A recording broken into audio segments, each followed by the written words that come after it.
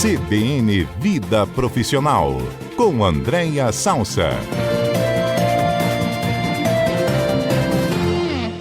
Andréia Salsa, mais uma edição do nosso CBN Vida Profissional. Bom dia. Bom dia, querido Zagoto. Bom dia aos nossos ouvintes e a todos os colegas do estúdio. E hoje o tema é super interessante, mais um tema super interessante que fala de EAD. Inclusive teve uma nova portaria aí do Ministério da Educação, né, suspendendo a educação à distância para direito e outros cursos, e isso traz impacto, claro, para o mercado de trabalho, né, Andréia? Sem dúvida, educação à distância tem conexão direta com força de trabalho, né, com qualificação, e eu vou confessar aqui para os nossos ouvintes que eu sempre tive, como educadora, como uma profissional da área, especializada em carreira, eu sempre tive muita preocupação com a educação à distância, não pelo modelo, mas pelo que a gente produz do outro lado, do ponto de vista de profissional de qualificação.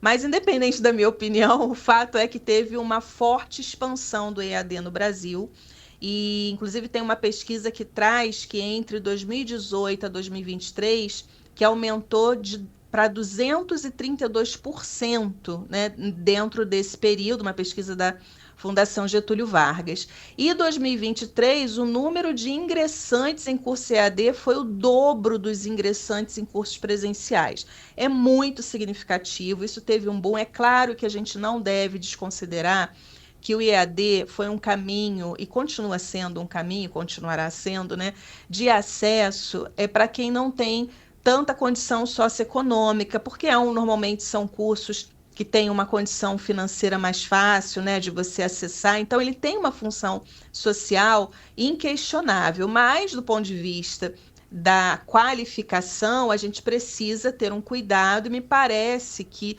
dois princípios dessa nova política, eles estão sustentando essas novas exigências. Primeiro, é a garantia da qualificação na educação superior, né, independente desse formato, eu entendo que isso é sempre muito relevante, e também a valorização da docência e do professor, porque eu mesma, Vinícius, já fui convidada para dar aula em EAD, né, então aquela gravação, e o professor tem ali o seu conteúdo gravado, e aquilo vai se repetindo inúmeras vezes, e aí você tem uma única remuneração daquele professor, né, que o conteúdo dele está sendo absorvido e replicado.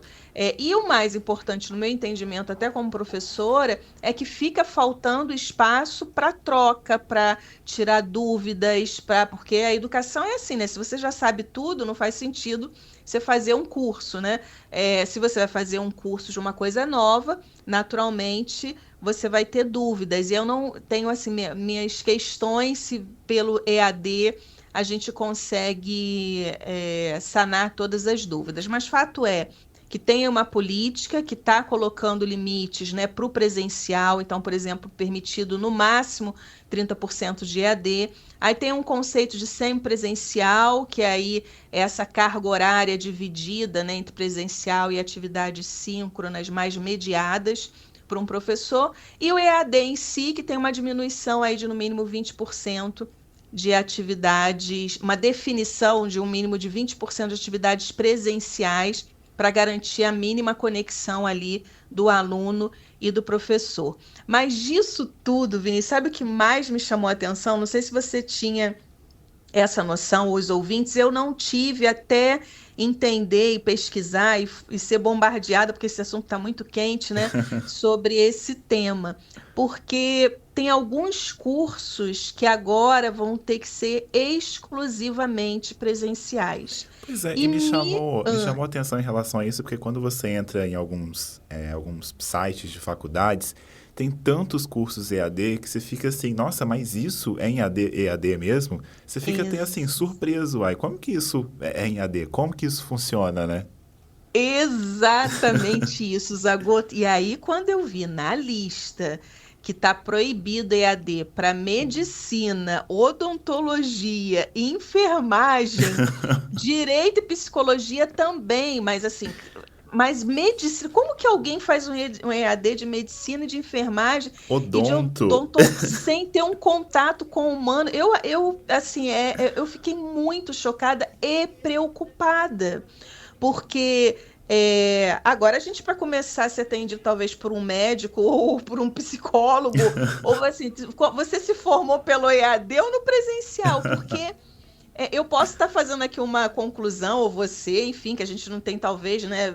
Talvez não seja tão absurdo, mas me parece que é esse absurdo sim, né? Por isso que veio essa nova política. E ainda tem um período de transição de 2 anos para adaptação desses cursos para essa nova norma. Então, me chamou, e por isso que eu entendi que seria muito interessante a gente trazer esse tema para o nosso quadro, pelos pontos de atenção que eles nos trazem, né? Que é como que é essa força de trabalho, né? Porque essas pessoas, esses profissionais, eles vão atender outras pessoas. Tem aqui intervenções que, né, é vida ou morte, né? Então, é muito preocupante isso do ponto de vista da nossa força de trabalho. E aí até a perda de competitividade, porque essa força de trabalho é brasileira. Então, como que é isso visto dentro das empresas, né? Não é à toa que tem vários estudos de tendência, Vinícius, dizendo que vai crescer muito as academias de liderança, de qualificação dentro das empresas, no In-Company. Porque você imagina, essa força de trabalho vem para as organizações, as empresas identificam que tem muitos gaps de qualificação, desenvolvimento, e às vezes não encontra no próprio mercado, né, quem possa desenvolver essa força de trabalho. Então, elas inserem dentro da sua própria estrutura a academia de qualificação. Isso tem muitos estudos falando que isso vai crescer demais, e quando tem alguém que se destaca muito, o que está acontecendo? Está saindo do Brasil, os talentos estão indo agora para outros países, porque até para você se relacionar com uma força de trabalho tão frágil, acaba sendo desestimulante. Então, eu vejo com bons olhos essa nova política, mas eu fiquei preocupada enquanto cidadã, enquanto educadora. Eu realmente não tinha noção de que alguns cursos, que para mim são muito óbvios, que deveriam ser exclusivamente presenciais, e que não eram, né? Como medicina, direito, odontologia, enfermagem, psicologia. Mas fica aí uma polêmica para os nossos ouvintes também pesquisarem um pouco mais, entenderem um pouco mais, mandarem perguntas, dúvidas ou outros temas para a gente continuar debatendo e repercutindo aqui no nosso CBN Vida Profissional. Pelo que a gente está destacando aqui, ainda tem, né, como você falou, essa transição de 2 anos, né? Não é um fim assim imediato.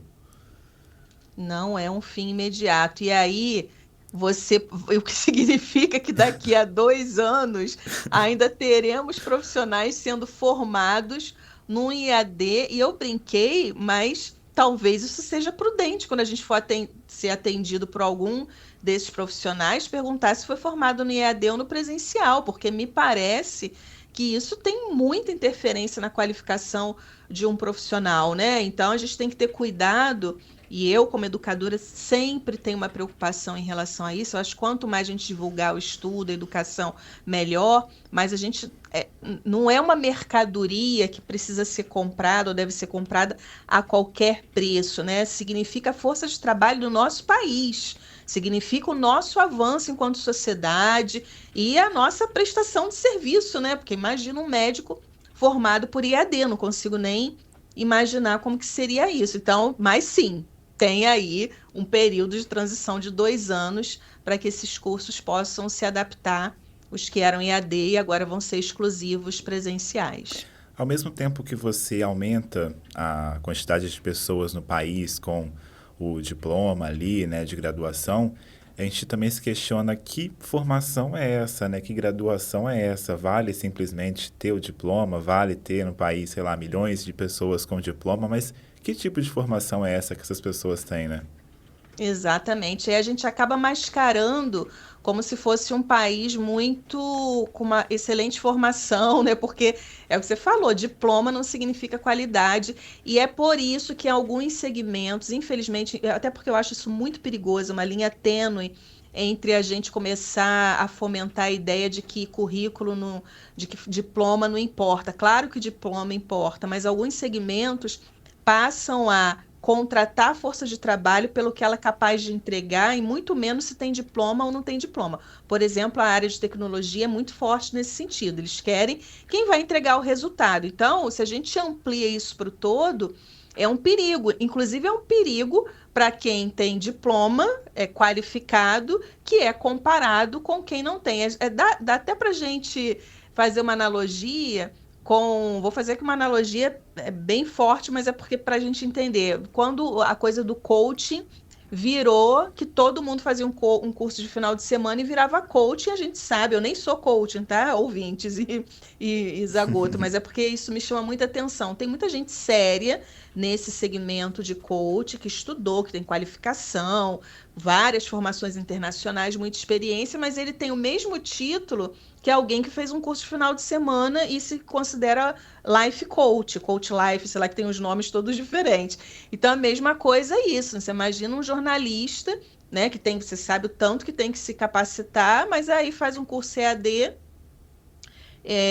e sem grandes qualificações, mas tem o mesmo título. Então, isso é muito perigoso, e fico feliz. Acho que é uma boa notícia essa nova política de educação à distância que está sendo definida aí. Vejo com bons olhos. Andréia, obrigado, viu? Querido, até a próxima oportunidade. Um bom final de semana para todos nós. Valeu, bom fim de semana. Até a próxima.